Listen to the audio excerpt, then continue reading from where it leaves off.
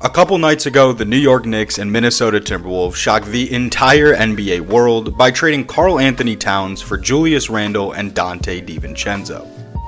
I have a lot of thoughts on this move and the conversations I've been hearing surrounding it. This is a massive trade between two very competitive teams, and it's undeniably going to shift the landscape of the league this coming season.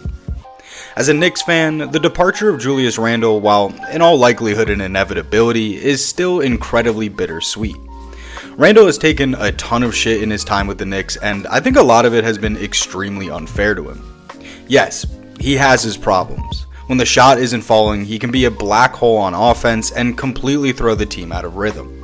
He can demand possession of the ball, have a terrible attitude when he doesn't get it, and can put in some really piss poor effort on the defensive end. These are the reasons he got traded in the first place. But he's also a 3-time All-Star, 2-time All-NBA, skilled, bully ball, mismatch attacking forward that's consistently averaged almost 24 and 10. He got the Knicks to the playoffs for the first time in 8 years, and through his blood, sweat, and tears, ushered in this era of relevancy. And I don't care about 2021. He played awful, but go look at that team. You're being disingenuous if you think they were doing anything that year. Even in 2023, he was out for more than 2 weeks before the start of the playoffs, only making his return in Game 1 of the first round and re-injuring his ankle by Game 5. I'm not trying to absolve Randle of criticism. His postseason track record is pretty abysmal. 17 points on 34.5% from the field, 46% true shooting, and a total -27 plus-minus for his playoff career. But he's never gotten a fair shot. And we're talking about 15 games anyways. Think what you'd like about him, but the Knicks owe so much to Julius Randle. No one can say he didn't put it all on the line for New York, and his absence in the community is gonna be felt. And on the flip side, I know there are a lot of similar feelings for Wolves fans. Sure, you might have your problems with KAT, but he gave his all for the franchise and loved being there. The feelings compounded by the fact that he was in Minnesota for 9 years, and he suffered through so much grief and loss. He gracefully took a step back when it became evident Ant was the Timberwolves superstar for the future, and when they traded for Rudy Gobert, an extremely awkward natural fit with KAT, he learned to play alongside him. So these two players have profoundly deep connections to their teams, the city, its fans, and the feelings on both sides are passionate and complex. So regardless of any X's or O's, or how each team will fare following this deal, yeah, it felt weird for this to happen so suddenly at like 10 p.m. at night, both camps seemingly shocked. It's a brutal reminder that this game we love is a business, and the suits who control all the money don't care one bit about the human element when it's time for them to make a move. I wanted to get that preamble out of the way because these players have such unique relationships to their teams, and it's really an end of an era.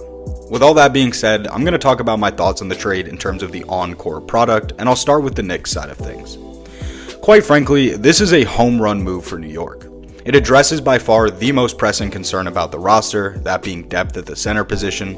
Mitchell Robinson is set to miss the start of the season up till December or even January, and he's the only starting caliber center we had. I really like Precious Achiuwa sometimes. He has a hell of a motor, and Jericho Sims is a handsome guy, but neither of them you feel great about having out there, especially in a super competitive game. And it was about to be on them and a mix of Randle small ball 5 to entirely hold down that center spot for honestly an unknown amount of time. Randle does offer some interesting looks offensively while at the 5, but the thought of it defensively was just gruesome. And even if the Knicks could have OG Anunoby playing at the 4 but then defending 5s, having him do that for extended stretches of a season was bound to wear him down. So the Knicks just solved that problem by going out and getting a starting caliber center that's a better player than Mitchell Robinson and Julius Randle. KAT is not a particularly good defensive center, but when surrounded by the personnel he will be, he's perfectly capable of being passable, similar to Jokic with the Nuggets. Plus, when Mitchell Robinson returns, he and KAT can definitely play next to one another for stretches, similar to how KAT did with Rudy Gobert. This could be especially important in a Celtics or Nuggets matchup. And then offensively, they just added perhaps the greatest three-point shooting center of all time. I'm not going to touch that debate, but wherever you landed on the spectrum of reactions to that statement, there's no denying that KAT is an incredible three-point shooter, and it's going to open up so much for the Knicks with his ability to stretch the floor. Instead of Randle clogging up driving lanes with tedious isolation possessions, too often resulting in contested fadeaway jumpers, KAT at the perimeter is going to open up those lanes and create opportunities on the weak side for stuff like backdoor cuts. The one attribute I do think Julius Randle has over Karl Anthony Towns is his ability to create for others. Because of the raw volume he eats up and the amount of time the ball is in his hands, Randle is the better playmaker out of the two, but that of course comes with its own downsides as we know, and KAT's off-ball value just makes him the way more portable player who can ultimately stretch the Knicks' offensive ceiling higher. So I'll say it once again, the Knicks couldn't really do any better than they did in this trade. Donte DiVincenzo being a part of the package is another heartbreak though. He is legitimately one of the best all-around three-point shooters in the league. The variety of shots he can take and hit, the degree of contests, the speed at which he can release, he's just a straight-up shooting weapon that can burn teams when he gets hot. He's also a really tenacious defender that can be a pest when guarding on ball and chasing over screens, and he's quite the underrated athlete as well. Losing him is certainly a gut punch, as he upped his volume a substantial amount in the second half of last season and then balled out even further in the playoffs. It'll probably go down as one of the craziest single seasons in franchise history, and no doubt the cries of "what you know about Big Ragu" will echo throughout the streets of New York for years to come.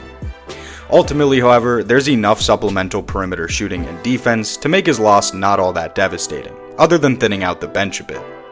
But the rookie Tyler Kolek will definitely get some playing time, and he averaged about 39% from 3 on decent volume through his last 2 seasons at Marquette. I know it won't be the same, but the Knicks will survive. It's been so frustrating to watch some Knicks fans complain that the team got worse. I'm just not really sure how anyone could arrive at that conclusion from New York's perspective. And I, for one, am extremely grateful as a fan to have a front office that's been as proactive as it has been over the past calendar year. The OG trade, the McHale trade, and now this, none of them have been the flashiest moves, and you could argue that the Knicks have overpaid on each of them in a vacuum, but the reality is, as a franchise, you have to be willing to go all in on a championship window and spare no expense. Never mind the fact that a new media rights deal is on its way, and the cap is sure to grow, but even if it wasn't, if the Knicks are holding the Larry O'Brien at the end of this season or the next, then who really gives a damn?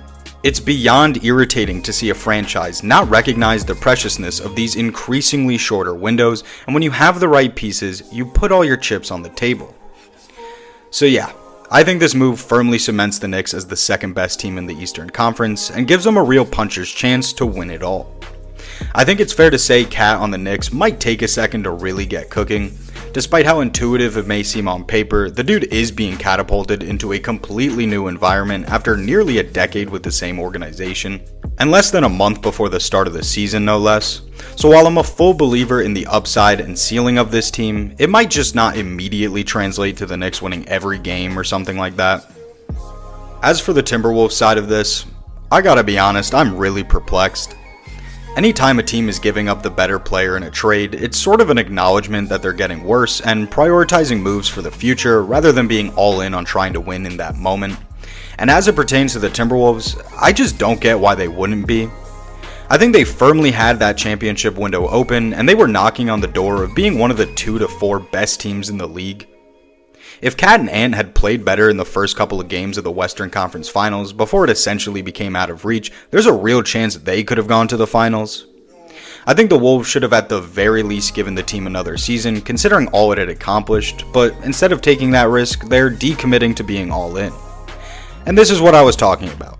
Instead of doubling or tripling down on the roster that was 3 wins away from the NBA Finals, they're trying to stay competitive while also keeping their options in the long term open. The Wolves are trying to have their cake and eat it too, and to be honest, it's incredibly unlikely that they'll be rewarded for straddling these 2 timelines. Just look at what's happened to the Warriors. At the end of the day, it's not like Minnesota's front office is a bunch of morons who have no idea what they're doing. They're simply making a move based on their assessment of their situation, and whether you or I agree with that assessment, and I think I've made it clear I do not, but that is what they're doing. And that assessment was, in all likelihood, looking at the team's shortcomings and not feeling the Wolves could ultimately get it done with KAT as their second offensive option. And instead of paying him the money he's owed from now till 2028, they decided to prioritize flexibility, stretching into Anthony Edwards' prime. Is it an indication of the way teams feel in the face of heavier luxury tax restrictions under the new CBA? Yeah, that's absolutely part of it. but an ownership group being cheap and not wanting to do what is becoming increasingly more evident is necessary to win a championship is also a factor.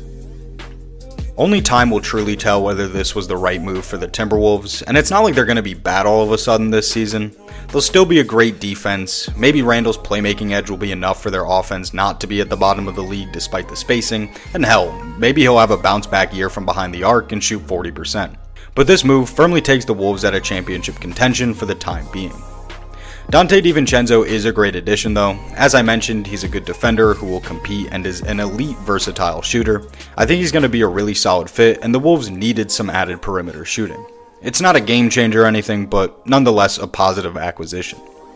This trade drops the Timberwolves from being in the upper echelon of Western Conference teams, along with the Thunder, Nuggets, and Mavs. I'd say they're in that next tier of teams with the Lakers, Suns, and possibly Grizzlies, but still above the Pelicans, Kings, Warriors, and whatever the Clippers will be this season.